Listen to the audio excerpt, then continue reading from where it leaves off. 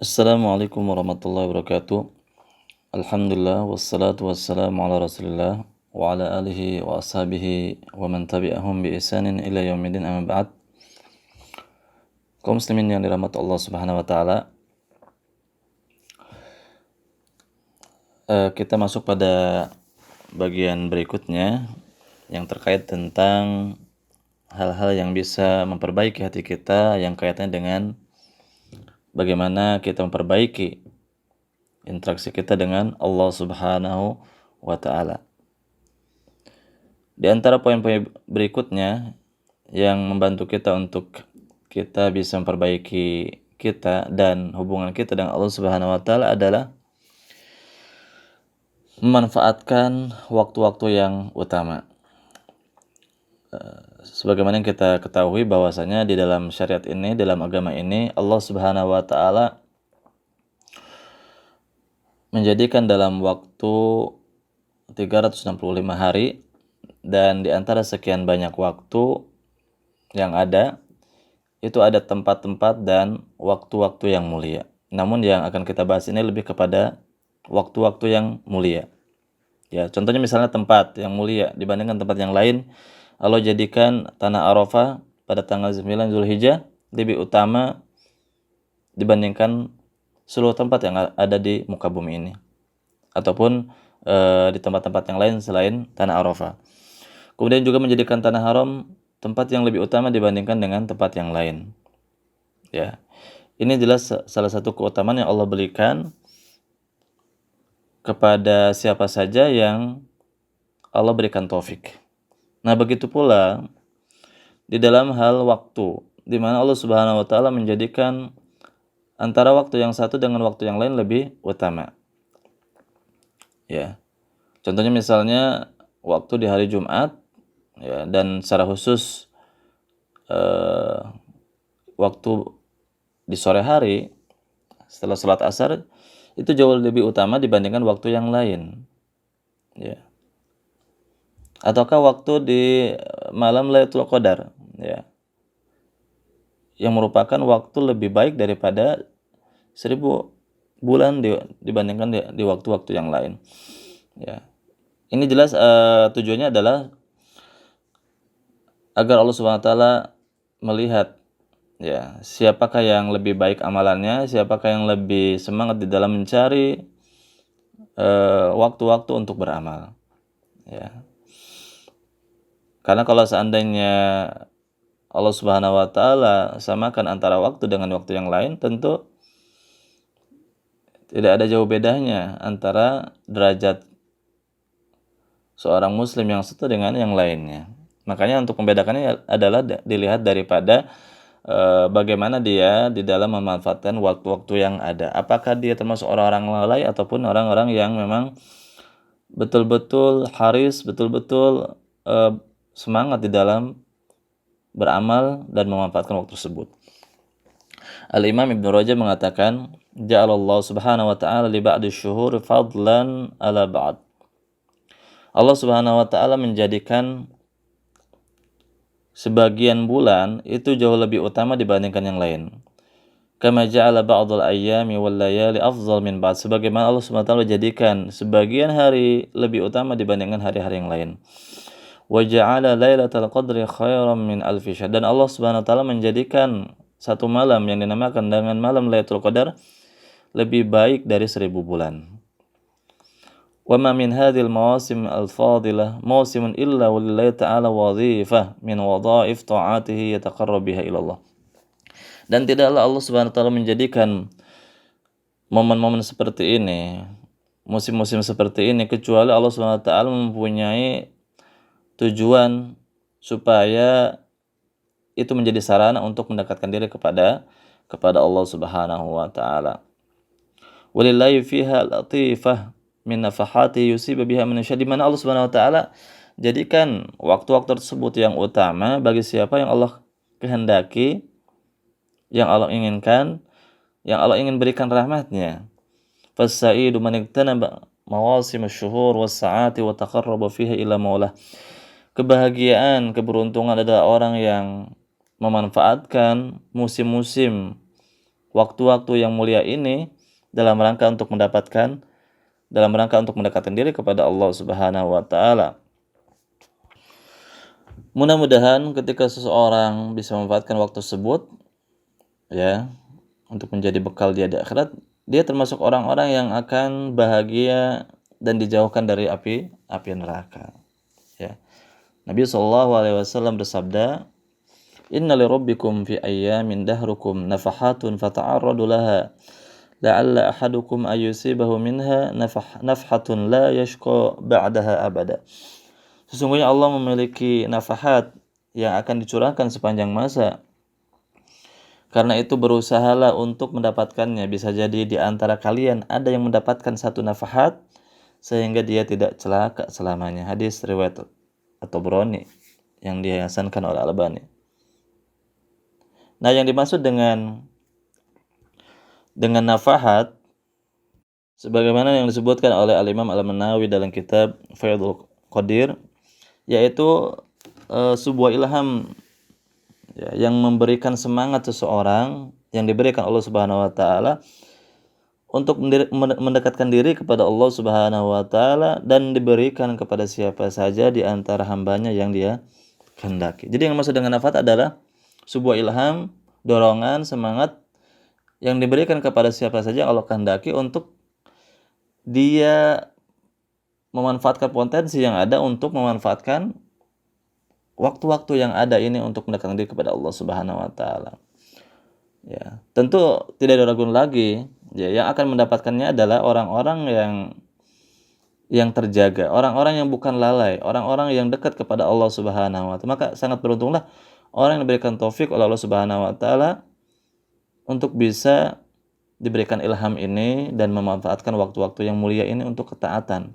Tidak serta-merta melewatinya begitu saja. Contohnya yang Allah jadikan ya momen-momen yang utama, waktu-waktu yang utama dibandingkan waktu-waktu yang lain berdasarkan harian misalnya, di mana waktu tersebut lebih utama dibandingkan waktu yang lain, maka sepantasnya bagi seorang muslim untuk memanfaatkan waktu tersebut ya dalam rangka untuk mendekatkan diri kepada Allah Subhanahu wa taala. Contohnya adalah waktu yang utama berdasarkan harian, yaitu Allah Subhanahu wa taala jadikan waktu di pagi hari, di waktu sore hari, dan waktu di malam hari, atau salah satu waktu di malam hari itu jauh lebih utama dibandingkan waktu-waktu yang lain. Ya. Rasulullah SAW bersabda, "Inna hadzal din yusrun." Sungguhnya agama ini mudah. Walan yushad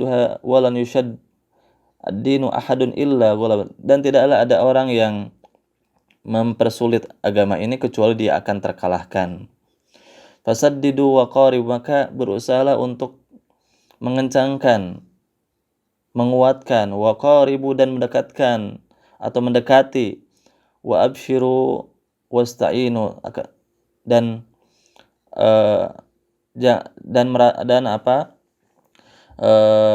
mendapatkan, siap-siap untuk mendapatkan kabar gembira, wasta'inu bil ghadati wal rauha, dan meminta pertolongan kepada Allah Subhanahu wa taala pada saat berada di waktu pagi, waktu sore, dan salah satu bagian daripada duljah ya. Nah, apa yang maksud dengan duljah nanti kita sebutkan. Di mana dalam hadis-hadis yang lain, dalam riwayat yang lain, Allah Subhanahu wa taala ataupun Nabi sallallahu alaihi wasallam menjadikan di waktu pagi dan sore adalah waktu yang utama untuk dimanfaatkan dengan zikir pagi dan sore. Ya, pertama dari si waktu merupakan waktu utama ya di waktu pagi dan sore, dan dihususkan untuk dimanfaatkan dengan amalan khusus juga. Sehingga ketika Nabi SAW menganjurkan waktu pagi dan sore untuk zikir pagi, maka waktu tersebut menjadi lebih utama ketika dimanfaatkan dengan amalan yang tertentu yang dianjurkan oleh Nabi SAW, bukan dengan yang lainnya. Walaupun mungkin nanti bisa dimanfaatkan dengan amal yang lain setelah dia melaksanakan zikir pagi dan sore. Ya. Itu maksudnya. Jadi justru jangan dilewatkan ya dengan amalan ini, apalagi tidak memanfaatkan dengan amalan secara umum, ya. Nah, kemudian apa yang dimaksud dengan dulja, ya? Sebagaimana disebutkan dalam hadis tadi, mintalah pertolongan kepada Allah di waktu di salah satu waktu bagian di malam hari. Yang dimaksud dengan ad-dulja adalah as-sairu min awalil lail, yaitu berjalan ataupun mengarungi perjalanan di awal malam, walaupun ada mengatakan di salah satu bagian di malam hari. Ya, sebagaimana yang dijelaskan dalam riwayat yang lain, Rasulullah SAW bersabda, "Alaikum bid-dulja fa innal arda tutwi bil lail." Hendaklah kalian bepergian pada waktu dulja malam, karena seolah-olah bumi itu terlipat ataupun pada waktu malam. Ya. Dinamakan dengan arahan Rasulullah SAW untuk kita melakukan perjalanan di malam hari, dikarenakan di malam hari ini seolah-olah berapa banyak pun waktu yang kita tempuh seolah-olah pendek, ya, seolah sebentar, dikarenakan suasana yang tenang, tidak terlalu capek, sehingga perjalanannya itu begitu pendek, ya, sehingga wajar beliau mengatakan seolah-olah bumi itu dilipat, yang tadinya panjang menjadi pendek, ya. Dan yang dijelaskan oleh para ahli bahasa yang dimaksud dengan dulja adalah berjalan di awal malam. Jadi Allah SWT menjadikan waktu malam adalah waktu yang utama untuk beramal, untuk melaksanakan ketaatan lebih di waktu yang lain. Apalagi dibarengi dengan sholat tahajud, ya, di sepertiga terakhir setiap malamnya. Salah seorang ulama mengatakan, "Wahai saudaraku, di depanmu adalah hari-hari di antara waktu-waktu, setiap harinya ada waktu yang utama di waktu pagi dan sore, dan di salah satu waktu bagian malam, ya, terutama juga di waktu sahur, untuk dimanfaatkan dengan beramal sebagai inventaris di dunia dan di akhirat, ya. Jadilah kita orang yang bersemangat di dalam memanfaatkan waktu tersebut, dan bukan menjadi orang yang lalai dan jauh dari Allah Subhanahu wa taala. Waqtanim al-waqt fal waqtu kasayf wa da'i taswif fala adarra minhu. Manfaatkan waktu tersebut, ya, karena waktu itu bagaikan pedang. Jika kita tidak memanfaatkan, maka justru waktu tersebut yang akan menebas kita. Tinggalkanlah at-taswif, artinya taswif itu menunda-nunda dari segala macam kebaikan, ya, sehingga justru akan merugikannya. Kemudian waktu yang utama di dalam waktu satu pekan ini, kita memiliki Allah Subhanahu wa taala jadikan hari Jumat adalah Sayyidul Ayyam, hari yang paling utama dibandingkan hari-hari yang lain. Dan secara khusus, ya, di siang hari dan waktu setelah sholat asar, di mana Rasulullah SAW, ya, menjadikan waktu di hari Jumat itu adalah waktu yang utama. Apa amalan yang kita lakukan di waktu tersebut adalah dengan berdoa. Maka ketika kita berdoa di waktu yang utama, justru itu jauh lebih utama dibandingkan kita berdoa di waktu yang lain. Dan tentunya banyak, ya, kalau untuk kaitan dengan berdoa, justru di situ adalah waktu yang lebih utama dan mustajab dibandingkan waktu-waktu yang, maka kita harus mengetahui waktu-waktu yang utama, yang mustajab dibanding waktu yang lain ketika berdoa. Salah satunya adalah waktu yang Allah jadikan satu kali dalam setiap pekannya, yaitu di hari Jumat setelah sholat asar. Kalau berdoa misalnya ingin berdoa di waktu yang mustajab, misalnya pada waktu turunnya hujan, pada waktu safar, pada waktu antara dua khutbah, ya, pada waktu kita di tempat yang mulia, ya. Ini juga di antara waktu-waktu yang Allah jadikan, ya, agar doa kita terkabulkan. Al-Imam An-Nawawi mengatakan, wa yustahabbul iktsar minad du'a fi jami' yaumil jum'ah min tul fajr ila ghurubi syams. Disunahkan seseorang itu memperbanyak doa di hari Jumat dari sejak sejak terbitnya matahari sampai terbenamnya matahari. Ya. Rojaan al-musadafah sa'atil ijabah fa'alil ijtihad. Diharapkan supaya ketika dia berdoa bertepatan dengan waktu yang utama, waktu yang mustajab, maka sebenarnya wajib bagi kita untuk bersungguh-sungguh di hari ini, di hari Jumat ini. Dan sepantasnya kita membuat sebuah agenda khusus di hari Jumat tersebut. Bagi yang laki-laki dengan menyegerakan berangkat ke masjid untuk melaksanakan sholat Jumat dengan penampilan yang bagus, ya, yang pantas. Nah, inilah di antara waktu di hari Jumat, ya. Disebutkan dalam secara khusus di dalam riwayat bahwasanya antara dua khutbah, dan juga ada yang mengatakan antara waktu terbenam dan habis asar. Ya. Kemudian juga kalau dari sisi bulanan, Allah Subhanahu wa taala jadikan satu bulan itu jauh lebih utama dibandingkan bulan yang lain. Bulan tersebut adalah bulan yang sekarang berada di dalamnya, yaitu bulan Ramadan. Ya, di mana bulan Ramadan adalah bulan yang utama dibandingkan bulan-bulan yang lain. Rasulullah SAW bersabda kaitannya dengan bulan Ramadan adalah man shoma ramadhana imanan wa ihtisaban ghufira lahu ma taqaddama bin dhanbi. Barang siapa yang berpuasa di bulan Ramadan, maka akan diampuni dosa-dosanya. Ya.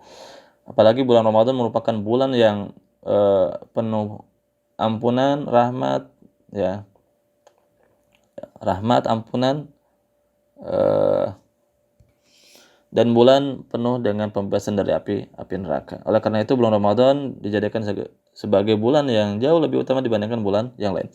Dan secara khusus di bulan Ramadan tersebut ditambah ada satu waktu yang dimana satu malam, ya, jauh lebih utama dibandingkan waktu-waktu yang ada dari sekian 365 hari. Ya, Masya Allah. Makanya adalah menjadikan bulan Ramadan jauh lebih utama dibandingkan yang lain karena terdapat satu malam yang Allah turunkan hanya di bulan Ramadan. Terkhusus di 10 terakhir di bulan Ramadan, yaitu yang dimakan dengan malam Lailatul Qadar yang insya Allah tinggal kurang lebih 6 hari lagi, ya. Kalau sekarang kita berada di 2 pekan pertama atau masuk pekan ketiga, berarti tinggal sebentar lagi kita dianjurkan untuk mencari, memburu kapan jatuhnya malam Lailatul Qadar dengan beramal. Terutama malam ganjil di 10 terakhir. Ya, yang mana satu malam tersebut lebih baik dari 1000 bulan yang lain. Khairum min alfi syahr. Inna anzalnahu fi lailatul qadr. Lailatul qadr khairum min alfi syahr. Satu malam lebih baik dari 1000 bulan yang lain. Masya Allah. Kita kalau ingin memiliki usia yang panjang selama 1000 bulan atau lebih, ya, tentu kita tidak akan mampu, ya, kecuali Allah Subhanahu wa taala izinkan.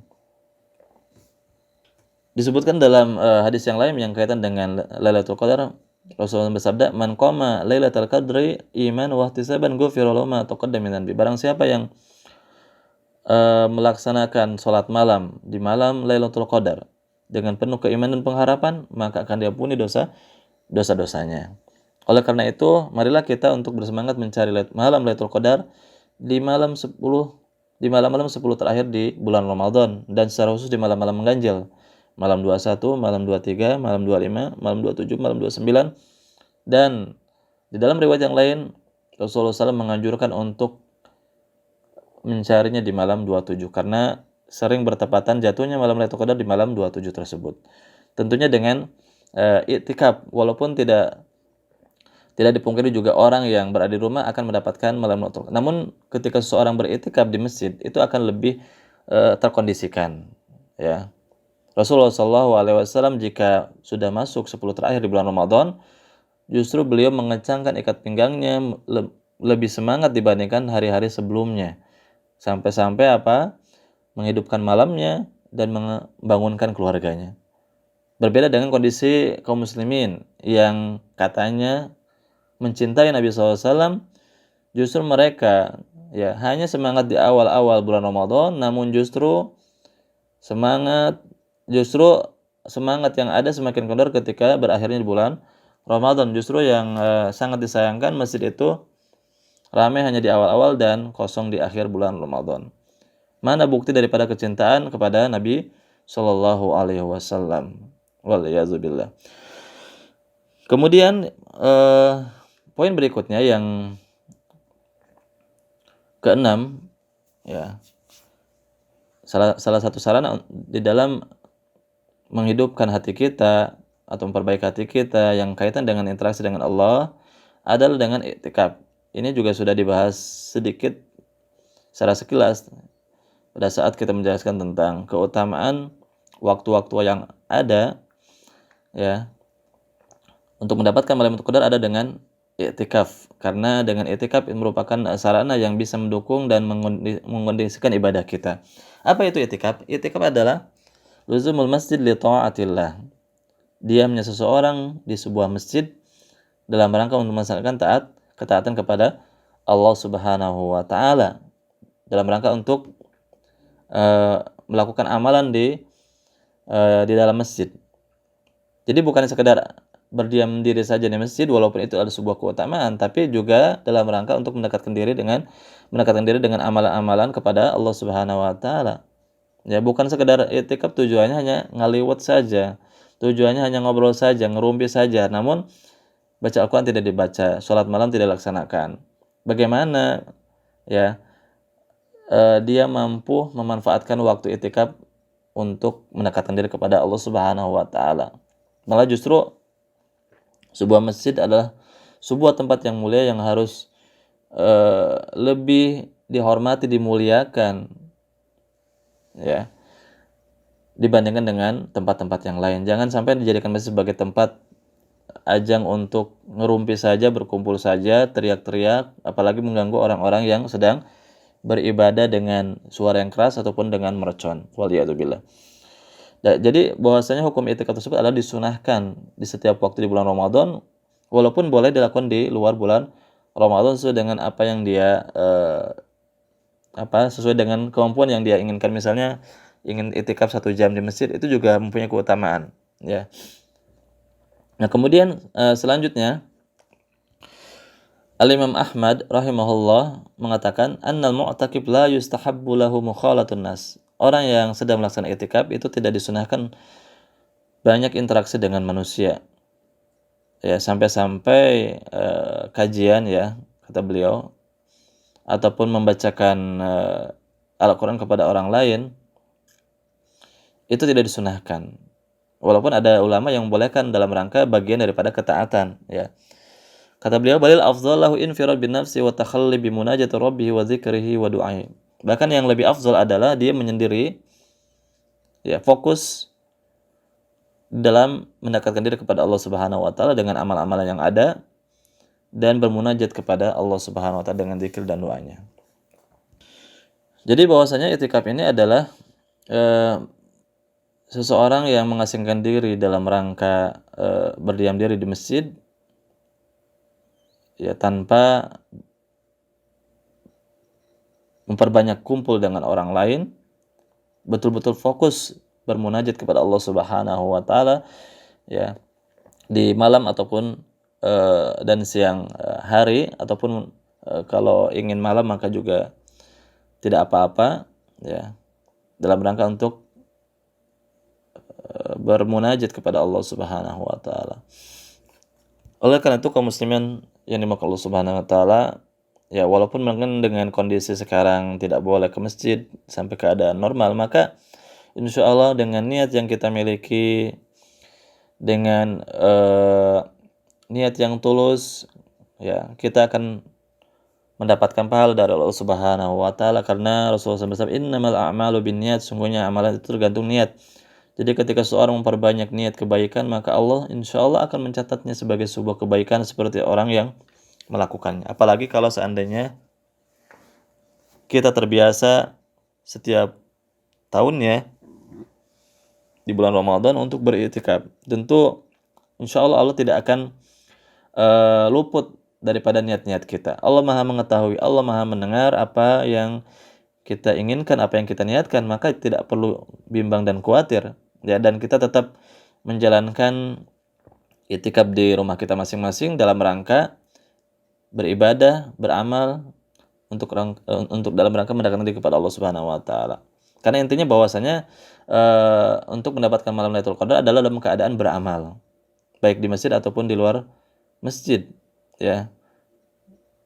Karena juga orang yang beriktikaf dalam masjid tapi tidak beramal, maka juga apa yang bisa dibanggakan, ya.